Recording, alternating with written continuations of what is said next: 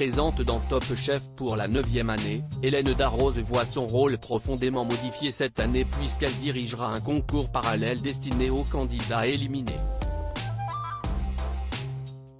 Et la production a dû ruser pour ne pas que ce subterfuge s'ébruite.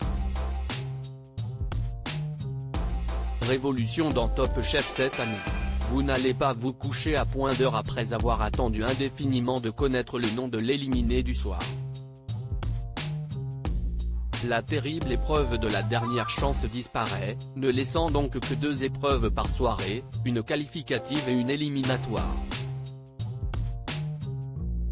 Un chamboulement dû à un autre bouleversement, Hélène Darroze n'a pas de brigade et prend la tête d'un concours parallèle opposant les candidats éliminés, semaine après semaine.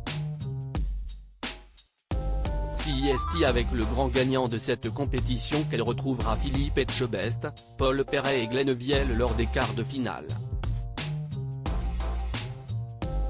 Mais au fait, comment se sont déroulées ces épreuves secrètes?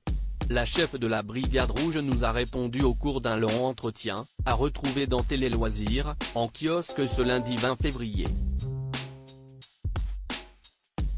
Pendant 4 jours, on s'est enfermé si les épisodes de la Brigade Cachée sont diffusés en deuxième partie de soirée à la suite de Top Chef, ils n'ont pourtant pas été tournés au même moment afin de conserver le secret le plus longtemps possible.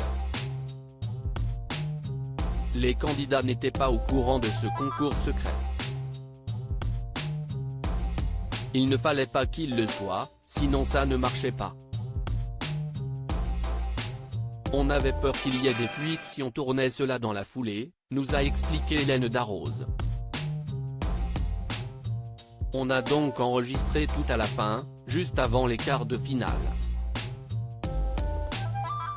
Pendant 4 jours, on s'est enfermé et on a tourné les épreuves les unes après les autres avec une équipe technique très resserrée de 25 personnes au lieu d'une centaine habituellement, poursuit la chef de 55 ans.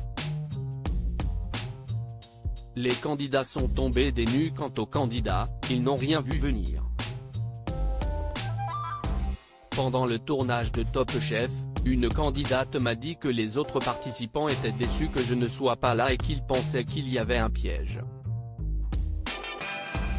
En découvrant qu'il n'y en avait pas, ils étaient tristes.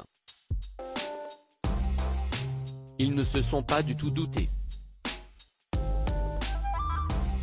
Et je le voyais bien quand je les appelais pour leur dire qu'il avait une seconde chance, ils tombaient des nues, se souvient Hélène Darroze avec malice. D'autant que la chef originaire des Landes les a contactés 2 jours avant le tournage. La production leur avait monté des bobards en disant qu'il y avait des prises à refaire et qu'il fallait qu'ils soient là, nous a-t-elle indiqué. Quant à elle, elle prétextait vouloir prendre des nouvelles des éliminés avant de leur annoncer la bonne nouvelle.